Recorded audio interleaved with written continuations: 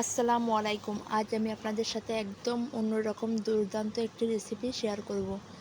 অনেকদিন যাবৎ বিভিন্ন ধরনের ভিডিওই দেখতে পাচ্ছি যে কাটা কচু নামের এই কচুটা সবাই খুব রান্না করতেছে আর দেখতে অনেক মজার হচ্ছে আর নাকি খেতেও অনেক দারুণ।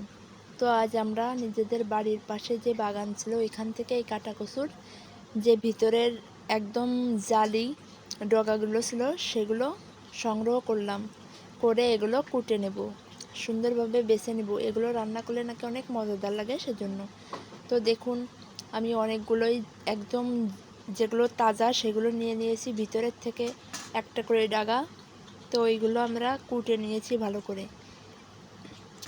এবার একটি কড়াইতে সরিষার তেল দিয়ে তাতে পেঁয়াজ কুচি দিয়ে দিলাম।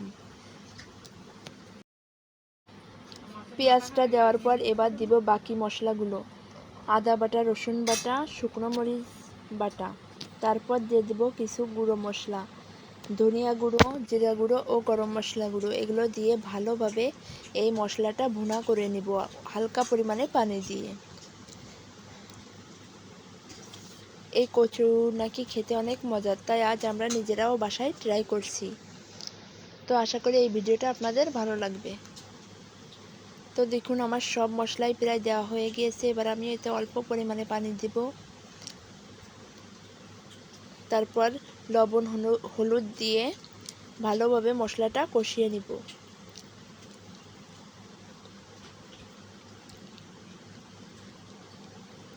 আমি বেশ কিছুদিন ধরে বিভিন্ন ধরনের রান্নার ভিডিও ছাড়তেছি। যদি আপনাদের ভালো লাগে অবশ্যই লাইক দেবেন এবং একটু শেয়ার করে দিবেন যাতে আমার ভিডিওগুলো সবাই দেখতে পারে।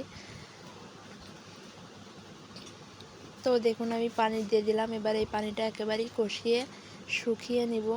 যখন একেবারে তেল ভেসে উঠবে তখন এর ভিতরে এই কচুগুলো দিব। আমি কচুটা আগেও ধুয়েছি এবং আবার একবার ধোয়া দেখাচ্ছি। ধোয়ার পর পানি ঝরিয়ে এই মশলাটা যখন তেল ভেসে উঠবে তখন এর ভিতরে দিব। এখন তেল ভেসে উঠেছে, তো আমি কচুগুলো এর ভিতরে দিয়ে দিচ্ছি। আমি দু একটা একেবারে জালি পাতাও রেখেছিলাম। তো এবার মশলার সাথে কচুটা ভালোভাবে নাড়াচাড়া করে মিশিয়ে দিব এবং মোটেই পানি দিব না, কষিয়ে শুকিয়ে ফেলব, ভুনা ভুনার মতো করব।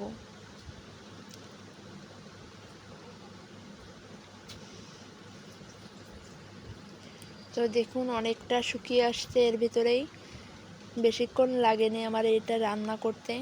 রান্নাটা করতে মোটেই বেশি সময় লাগেনি আর এটা খেতেও অনেক মজাদার হয়েছিল।